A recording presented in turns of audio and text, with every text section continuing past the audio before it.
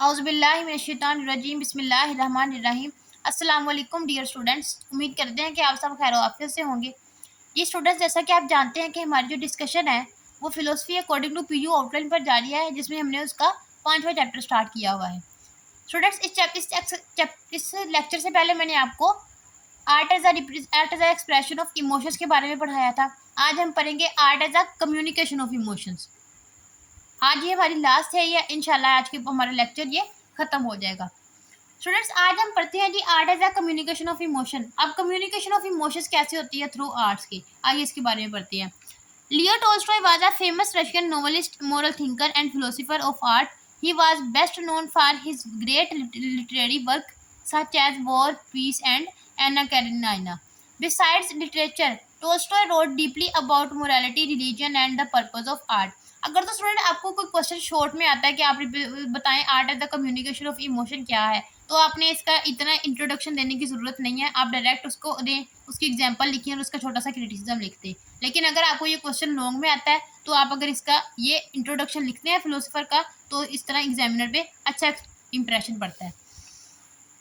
According to Tolstoy, the main purpose of art is not beauty or imitation of reality, but the communication of emotions. वो कहता है art का मतलब ये नहीं है आप किसी चीज को ब्यूटीफुली एक्सप्रेस करें या फिर इमिटेट करें, बल्कि आर्ट का क्या पर्पज है? The communication of emotions. In his famous book what is art, अब उसकी बुक है एक what is art, he explain that an artist expresses his feelings through words. अब अपनी एक आर्टिस्ट क्या करता है? अपनी फीलिंग्स को किसके जरिए एक्सप्रेस करता है? थ्रू वर्ड्स, अपने वर्ड्स के जरिए। कैसे? अब देखे ना मेरे अंदर क्या फीलिंग्स है। अगर मैं सैड हूँ तो मैं आपको बताऊंगी कि मेरे अंदर ये, मैं ये फील कर रही हूँ, मैं ये फील कर रही हूँ, मेरे साथ ये प्रॉब्लम है। अगर मैं खुश हूँ तो मैं आपके साथ अपनी खुशी की फीलिंग्स शेयर करूंगी। तो वो क्या कहता है? Art is a communication of emotion through, किसके जरिए? थ्रू वर्ड्स, म्यूजिक, पेंटिंग और other forms of art, and these feelings and then shared with the audience. मतलब वो क्या कहता है कि आर्ट क्या है?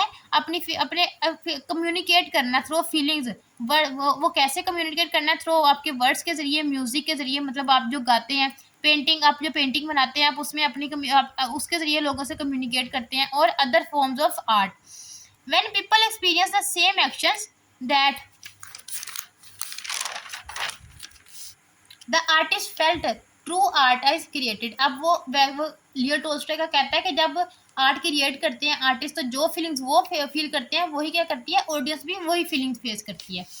Importance of Tolstoy theory. अब इसकी इंपॉर्टेंस क्या है? Tolstoy theory has its important as it helps people share and understand human feelings. अब इसमें एक इंपॉर्टेंट चीज क्या है? सबसे इंपॉर्टेंट चीज जब देखें ना, अब art as a communication of emotions. Communication का क्या मतलब है? कि आप अपने इमोशंस को कम्युनिकेट कर रहे हैं, वो भी आपसे शेयर कर रहा है, आप भी उससे शेयर कर रहे हैं। तो इससे क्या हो रहा है? आपको दोनों की रियलिटी का पता चल रहा है। तो वो क्या होता है? Share and understand human feelings with one another through art. The emotions of artist are transferred, मतलब ट्रांसफर्ड होते हैं एक से दूसरे की तरफ। मैं आपको बता रही हूँ कुछ, तो आप मुझे बता रहे हैं। To the audience, create emotional connection and unity among people. Art also allows individual to express deep emotions that cannot easily be explained in ordinary language. मतलब आर्ट क्या करता है? लोगों को ये भी एक्सप्रेस, कुछ ऐसी चीजें भी होती हैं जिनको आप वैसे अपने अल्फाज में बयान नहीं कर सकते, तो आर्ट क्या करता है? आप उनको एक्सप्रेस करने में मदद देता है इन इमोशंस में।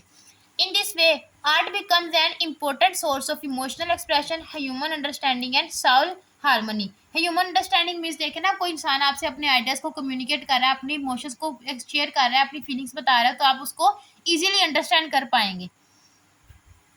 अब स्टूडेंट्स, नेक्स्ट आ जाता है क्रिटिसिज्म ऑफ टोल्स्टॉय थ्योरी। अब ये टोल्स्टॉय थ्योरी थी, उस पर भी क्रिटिसिज्म किया गया। आप देखें, टोल्स्टॉय कहता है कि जो रियल आर्ट वो क्या है? आप आप कम्युनिकेशन थ्रू आर्ट करते हैं। कैसे कम्युनिकेशन ऑफ इमोशंस करते हैं? आप देखें, अब एक इंसान रो रहा है, चिल्ला रहा है, तो वो आर्ट तो नहीं कहलाएगा।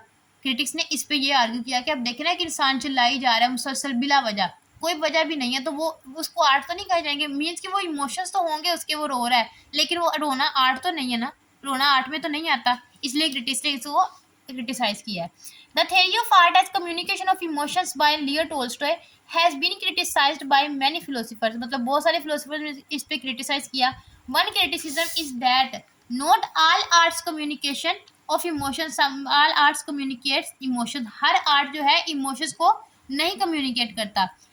सम आर्ट में फोकस ऑन ब्यूटी, इमेजिनेशन और इंटेलेक्चुअल आइडियाज, मतलब आपके आइडियाज पे डिपेंड करता है, ब्यूटी पे डिपेंड करता है, कम्युनिकेशन पे डिपेंड नहीं करता, rather than the feelings.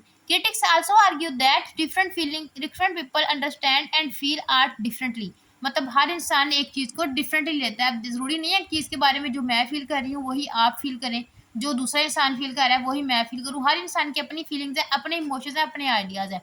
So the same artwork में not produce the same emotions, एक same artwork same emotions produce नहीं कर सकता in every audience. Therefore critics से टोल्स्टॉयज थ्योरी इज इम्पोर्टेंट। अब आपको पता है, इधर देखें टोल्स्टॉय ने क्या कहा था कि मतलब जो आर्टिस्ट फील करता है वही ऑडियंस फील करती है, लेकिन क्रिटिक्स ने आर्ग्यू किया the same emotions in every audience, मतलब not produce same emotions in every audience, सब एक सारी ऑडियंस एक ही इमोशंस को फील नहीं करती। देयरफॉर क्रिटिक्स से Tolstoy's theory is important but narrow to explain all forms of art, मतलब ये भी क्या करती है, मतलब सारी थ्योरीज को एक्सप्लेन नहीं करती, हर फॉर्म को एक्सप्लेन नहीं करती, बल्कि एक सिंगल फॉर्म को एक्सप्लेन करती है, और वो क्या है, कम्युनिकेशन ऑफ आर्ट।